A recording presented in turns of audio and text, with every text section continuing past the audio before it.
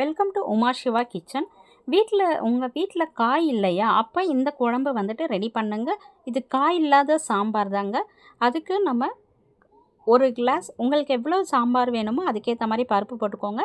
நான் ஒரு சின்ன கிளாஸில் ஒரு கிளாஸ் பருப்பு போட்டிருக்கேன். தக்காளி வந்துட்டு ஒரு 2 தக்காளி, 2 to 3 தக்காளி போட்டுக்கலாம். 2 வெங்காயம் போட்டுக்கலாம். பெரிய வெங்காயம் தான் நான் போட்டிருக்கேன். உங்களுக்கு சின்ன வெங்காயம் வேணும்னா சின்ன வெங்காயம் போட்டுக்கலாம். உப்பு போட்டுக்கோங்க. உப்பு டேஸ்ட்டுக்கு ஏற்ற மாதிரி உப்பு போட்டுக்கோங்க. அப்புறம் மிளகாத்தூள், வீட்டு மிளகாத்தூள் தான் நான் ஆட் பண்ணியிருக்கேன். ஒரு ஸ்பூன் போட்டாலே போதும். ரொம்ப ஜாஸ்தி காரம் வேண்டாம், ஏன்னா நம்ம பச்சை மிளகாவும் ஒன்று போட போகிறோம். உங்களுக்கு காரம் ஜாஸ்தி வேணும்னா பச்சை மிளகா நிறையா போட்டுக்கலாம். நல்லாயிருக்கும், இதுக்கு பச்சை மிளகா காரம் நல்லா இருக்கும். ஸோ மிளகாத்தூள் போடுறதுனால நான் ஒரே ஒரு பச்சை மிளகா தான் நான் போட்டிருக்கேன். ஸோ தேவையான அளவு பூண்டு போட்டுக்கோங்க.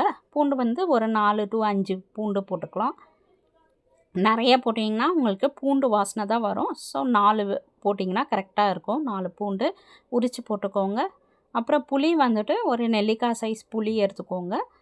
புளி வந்துட்டு அப்படியே தான் நான் போட போகிறேன், கரைச்சி ஊற்ற போகிறதில்ல. ஸோ அப்படியே மொத்தமாக போட்டுருங்க. க்ளீன் பண்ணிவிட்டு போடுங்க. அப்போ தான் வந்து டஸ்ட்டெல்லாம் எதனா இருந்ததுனாக்கா நீங்கள் கரைச்சே ஊற்றிடுங்க. இல்லைனாக்கா டஸ்ட்டு இல்லைனாக்கா நீங்கள் அப்படியே போட்டுக்கலாம். போட்டுட்டு தேவையான அளவு தண்ணி ஊற்றிக்கோங்க. பருப்பை வேகிற அளவுக்கு ஒரு 4 விசில் நம்ம விட போகிறோம். பாருங்கள், 4 விசில் விட்டவுடனே எப்படி இருக்குது, பருப்பு நல்லா நம்மளுக்கு வெந்திருக்கு. ஸோ ஒரு மத்து எடுத்து நல்லா கடைஞ்சிக்கோங்க.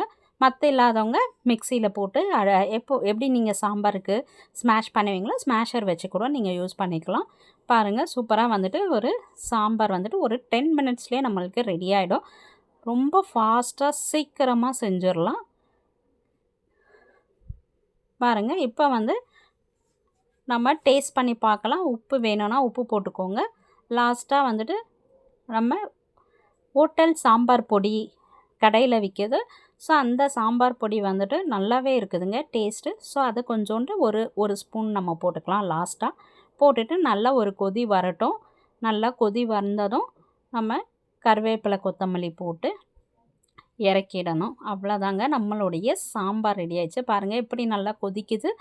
ஸோ நம்மளுக்கு கருவேப்பிலை கொத்தமல்லி போட்டு இறக்கி, இது சாப்பாடு இட்லி, தோசை எல்லாத்துக்குமே நம்ம வச்சுக்கலாம். சூப்பரான சாம்பார், பொங்கலுக்கு கூட வச்சுக்கலாம். ஸோ ஒரு சைட் டிஷ்ஷில் இத்தனை நம்ம வெரைட்டி வந்துட்டு சாப்பிட்லாம், சைட் டிஷ்ஷாக வச்சு சாப்பிட்லாம்.